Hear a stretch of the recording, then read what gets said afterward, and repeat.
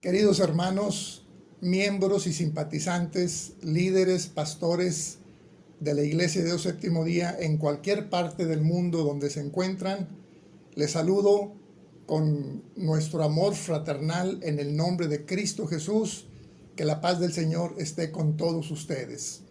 Soy el pastor Ramón Ruiz y a nombre de los oficiales del Congreso Ministerial Internacional de la Iglesia de Dios Séptimo Día, así como de los 7 representantes de cada una de las zonas, les entregamos este fraternal saludo y les damos la bienvenida a este sábado especial donde hacemos un énfasis al trabajo de la Iglesia más allá de las fronteras nacionales.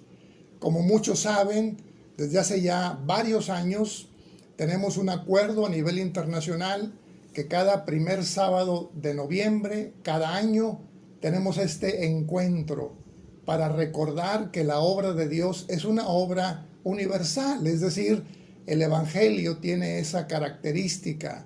La palabra dice que Dios amó de tal manera al mundo que dio a su Hijo unigénito. Así como el Evangelio es universal, también la Iglesia es universal.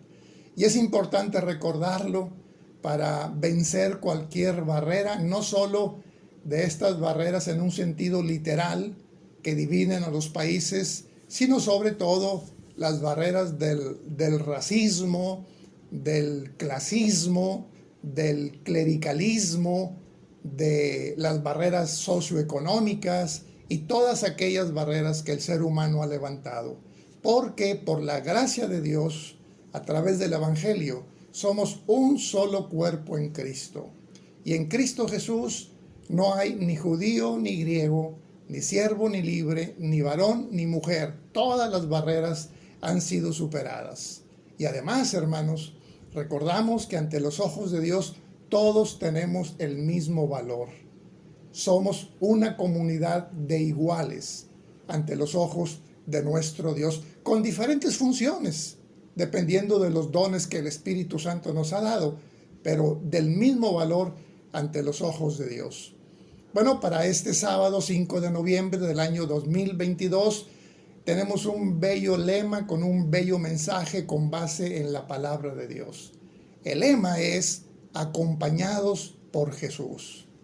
Y nos viene muy bien porque estamos superando casi todo el fenómeno de la pandemia, de esta crisis de salud que experimentamos, lamentablemente con muchas pérdidas, siempre rogando para que Dios consuele a aquellos hermanos que tuvieron esta experiencia dolorosa de perder a un ser querido, pero que gracias al Señor estamos de pie como sobrevivientes por la gracia infinita de Dios y con la certeza de que efectivamente somos acompañados por Jesús. Él dijo, hermanos, y debemos de recordarlo, que nunca nos dejaría solos, sino que Él estaría con nosotros todos los días y hasta el fin del mundo. Muy bien, dichas estas palabras, hermanos, voy a compartir con ustedes una porción del capítulo 1 del último libro de la Biblia, es decir, del libro del Apocalipsis. Ya sabemos que este es un libro en muchos sentidos enigmático por el tipo de literatura que tiene. Es un libro que está lleno de símbolos, pero también por la gracia de Dios, una vez que encontramos el significado de cada símbolo, podemos hacer una correcta interpretación.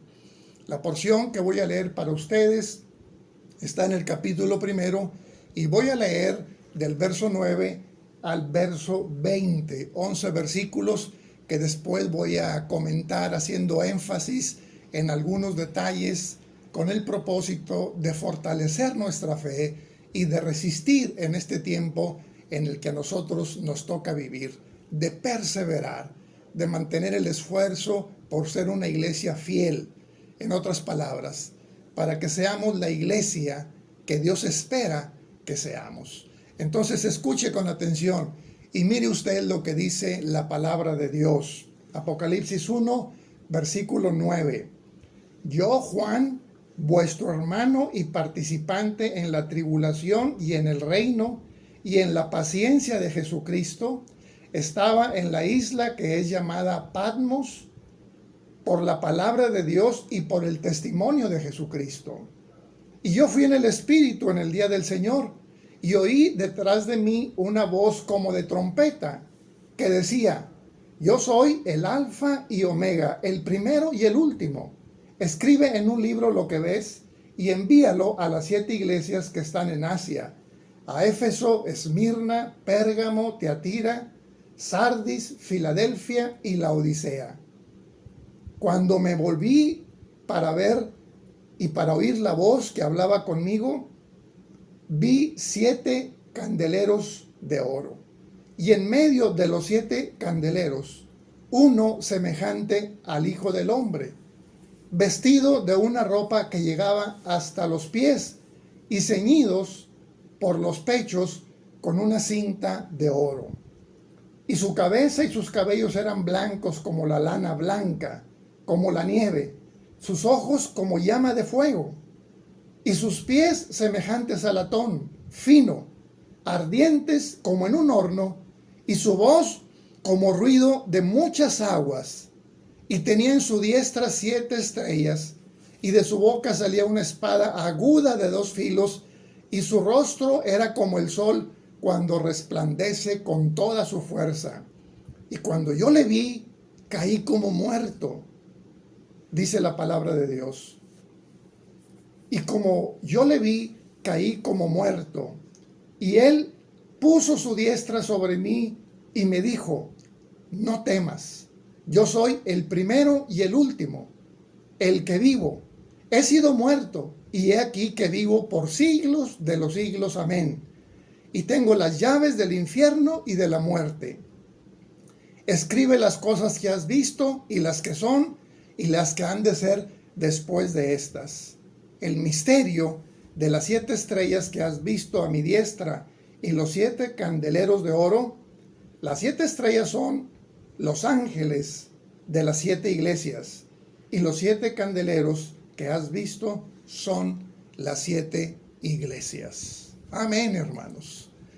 Bueno, quisiera comenzar diciendo que esta visión que tiene Juan es la primera que aparece en el libro del Apocalipsis. Y eso significa mucho, por cuanto lo que es primero siempre va a ser primero. Y en ese sentido tenemos esta bella visión que nos llena de consuelo y de esperanza en estos tiempos difíciles en los que nos ha tocado vivir. Ahora mismo estamos teniendo conflictos armados en varios países donde nuestros hermanos están sufriendo, y algunos han tenido que dejar sus casas para salvar sus vidas. Hay muchos flagelos que están golpeando a la sociedad prácticamente en todos los países del mundo. Pero bendito sea Dios que no estamos solos. El pueblo del Señor siempre está acompañado por Cristo. Voy a entrar en detalle con algunos aspectos de esta lectura para compartir con ustedes y animarles a que sigan firmes en la fe de nuestro Señor Jesucristo. Llama la atención que el autor de esta escritura es un hombre que simplemente se llama Juan, es decir, no presenta sus credenciales como apóstol. Es probable que no haya sido el apóstol, porque no tenemos suficiente evidencia. Pero más allá de que haya sido Juan el apóstol de Jesús, o cualquier otro siervo de Dios llamado Juan, porque este nombre era muy común en el primer siglo, lo importante por encima del escritor es el escrito. Es decir, estamos ante la palabra de Dios. Y el autor se identifica como nuestro hermano. Ahí está una primera compañía. No estamos solos en esta tribulación. Hay millones de cristianos alrededor del mundo que están siendo también, diríamos, golpeados o experimentado algún tipo de sufrimiento. Y no somos los primeros, hermanos. Ya desde el inicio de la era cristiana, los cristianos han padecido diversas tribulaciones. Y seguramente así será en el futuro. Pero recuerde, no estamos solos. Ahora, el autor dice, además de que es nuestro hermano, que es participante de la tribulación, ¿verdad? Y también en la paciencia de nuestro Señor Jesucristo. Y está, diríamos, exiliado en la isla de Patmos. Muchos de nosotros sabemos que en el Imperio Romano se acostumbraba desterrar a aquellos que representaban alguna amenaza para la estabilidad del imperio. Cristo mismo fue crucificado con la anuencia de las autoridades romanas, porque tenían temor de que se sublevaran ante el imperio que gobernaba. Por otro lado, también el Sanedrín tenía sus propios intereses. Y bueno, los discípulos de Jesús heredaron también, y nosotros mismos de alguna manera, el sufrimiento por causa de la fe. Es exiliado a esta isla, que no es una isla paradisiaca, ni mucho menos. Realmente es una isla inhóspita, llena de roca, llena de minerales, en donde seguramente Juan y algunos otros fueron exiliados para que no pudieran, diríamos, propagar más el evangelio de nuestro Señor Jesucristo. Dice el apóstol que fue llevado allá por la palabra de Dios y por el testimonio de Jesucristo. Bueno, esto también tiene una gran enseñanza para nosotros, porque en medio de todo el sufrimiento que podemos experimentar, hay que ver cuál de ese sufrimiento es ocasionado por mí mismo o por nosotros mismos. Cuando tenemos delirios de grandeza o cuando tenemos ambiciones materiales y no las podemos lograr. Hay que tener cuidado. Hay que revisar la causa y el origen de nuestro sufrimiento. Porque si es un sufrimiento que nosotros mismos hemos fabricado, entonces no hay mérito alguno, no hay gloria. Hay que revisar el origen del sufrimiento que experimentamos.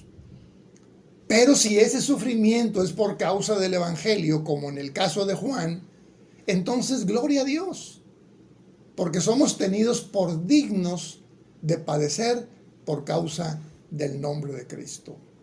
El autor dice que fue llevado en una especie de éxtasis y escuchó la voz que le decía: yo soy el alfa y la omega, el primero y el último. Escribe este mensaje a las 7 iglesias, que ya conocemos, 7 iglesias ubicadas en el Asia Menor, que históricamente se puede comprobar de su existencia. Y también no tenemos dificultad en interpretar que aquel que hacía sonar su voz en esta visión era ni más ni menos que nuestro Señor Jesucristo, que se identifica como el alfa, primera letra del abecedario hebreo, y del abecedario griego, y de la omega, la última letra. Es decir, el primero y el último, el principio y el fin. Y esto es muy significativo. Más adelante lo vuelve a repetir. Dice Juan que se volvió para ver la voz que hablaba con él, y al voltear encontró 7 candeleros de oro. Y en medio de los 7 candeleros de oro, uno semejante al Hijo del Hombre. Es interesante esta visión, como dije al principio, esta primera visión, porque el Hijo del Hombre, que es por supuesto nuestro Señor Jesucristo, se encuentra en medio de los 7 candeleros.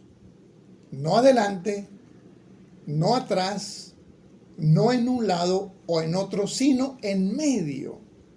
Y más adelante Juan nos dice que esos 7 candeleros de oro representan la iglesia, precisamente simbolizada por estas 7 comunidades que aparecen aquí en este texto, y que además de ser iglesias históricas, representan, por el número 7, la totalidad de las iglesias, en cualquier lugar donde se encuentren, o en cualquier época en la que hayan existido o en la que vayan a existir.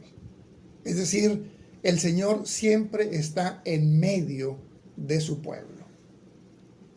Y nos recuerda el peregrinaje de Israel cuando salen de Egipto, cuando Dios ordena la construcción del tabernáculo, lo coloca en un lugar de tal manera que todas las tribus de Israel tengan acceso a ese tabernáculo, puedan observarlo desde cualquier lugar donde se encuentren durante todo el peregrinaje rumbo a la tierra prometida.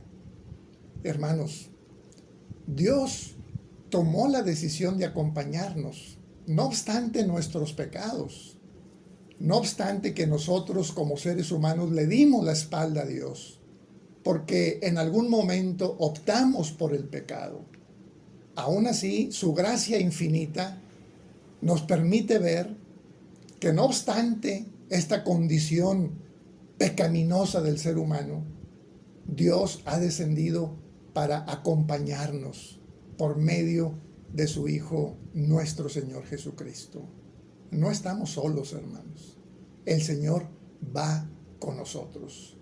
Ahora, en la visión que tiene Juan respecto del Hijo del Hombre, es una visión espectacular, extraordinaria. Yo diría al más puro estilo del sumo sacerdote de la antigua dispensación. Su cabeza, sus cabellos eran blancos, reflejando la santidad del Señor, sus ojos como llamas de fuego, la pureza. De su boca salía la palabra como una espada de dos filos, es decir, toda la imagen simbólica que nos presenta el autor es la imagen del sacerdote del Antiguo Testamento, especialmente del sumo sacerdote. Y esta es la primera visión del Apocalipsis. Y nos recuerda que nuestro Señor Jesucristo es nuestro único pontífice. Él es el pontífice. Él es el puente que une a los seres humanos con Dios, que nos lleva a la presencia de Dios, pero también que trae la presencia de Dios ante los seres humanos. Solo Cristo es el pontífice, no hay otro pontífice. Él es el único que puede unirnos al Padre. Él fue el Hijo de Dios y fue el Hijo del hombre.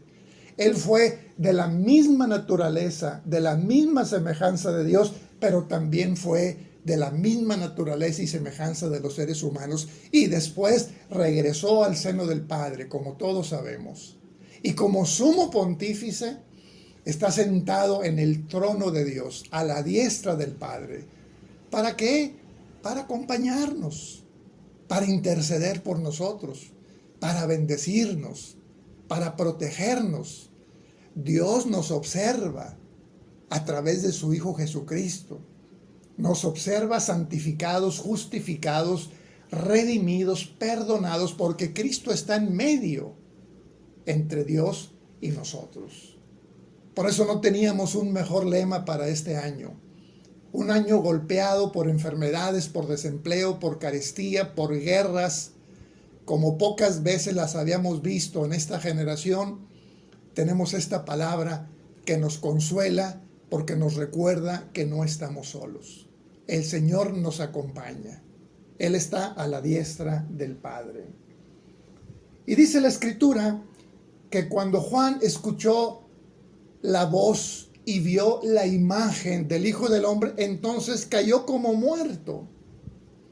Pasó lo mismo que Isaías en esa visión que tiene en el capítulo 6 de este profeta, donde dice que vio, diríamos, esta visión donde se aparecen los ángeles del Señor, y también dice: ay de mí que soy hombre impuro, con labios impuros, y pensó que iba a morir también como Juan.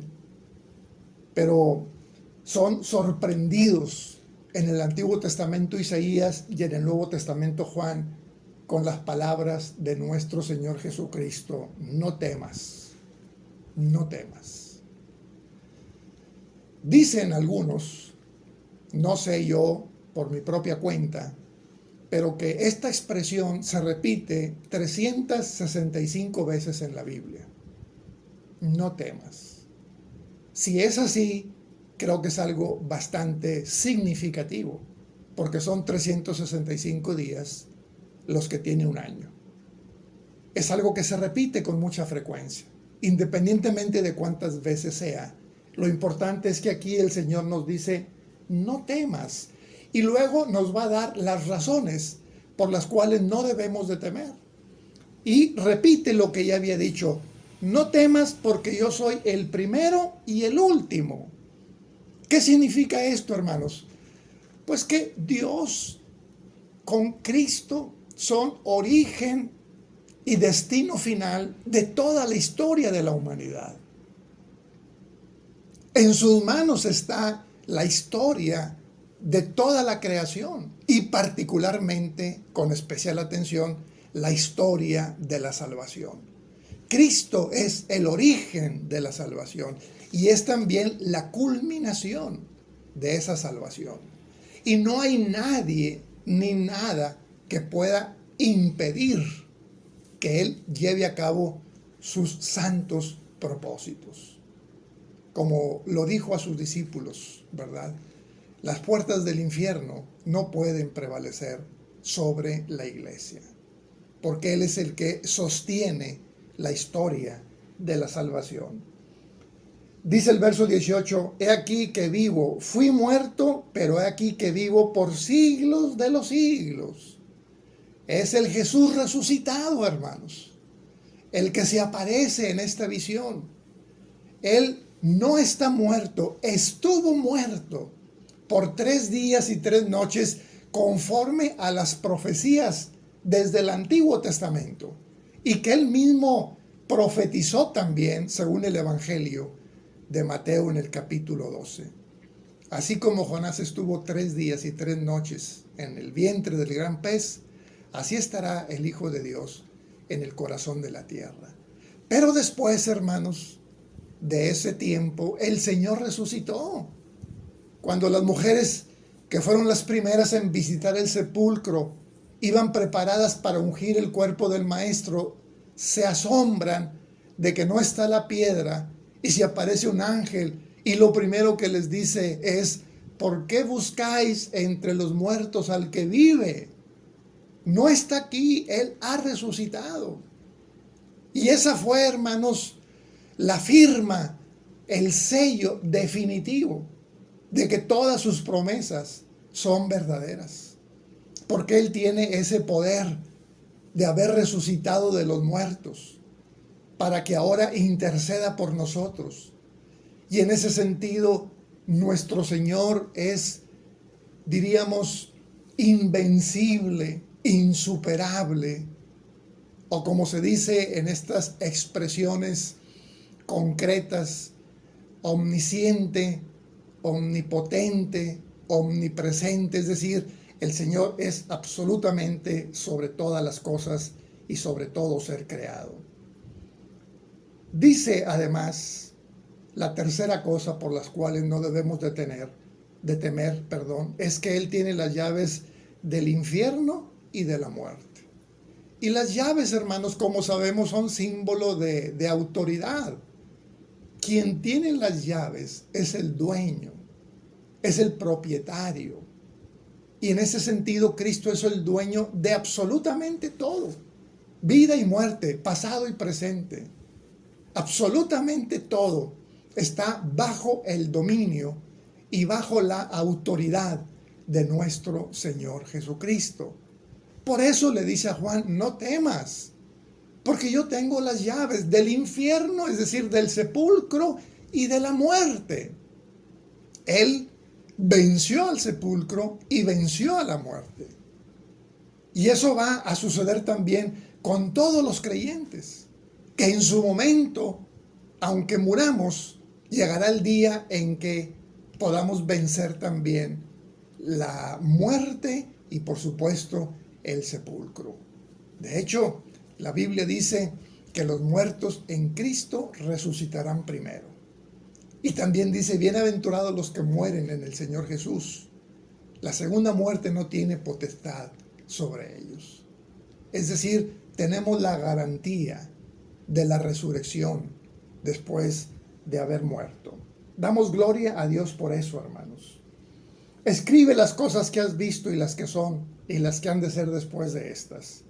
Y termina con la interpretación diciendo en el versículo 20 que las estrellas que ha visto son los líderes de las congregaciones, los pastores del rebaño.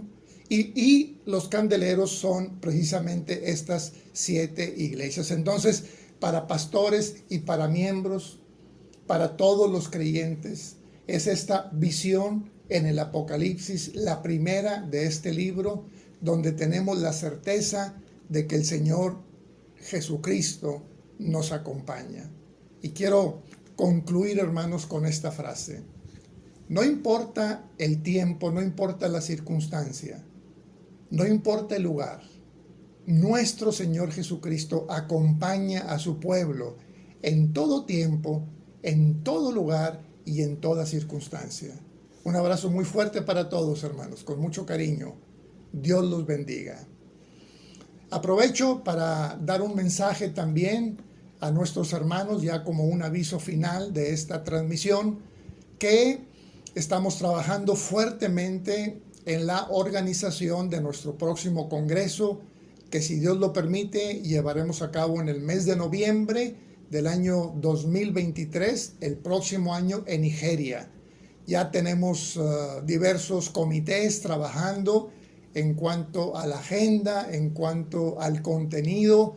Los invito para que todos los países hagan preparativos para que envíen a sus delegados representativos y alternativos a fin de que tengamos un congreso con la presencia y participación de todos los países miembros del Congreso Ministerial Internacional de la Iglesia de Dios Séptimo Día. Dios los bendiga, hermanos. Paz a ustedes.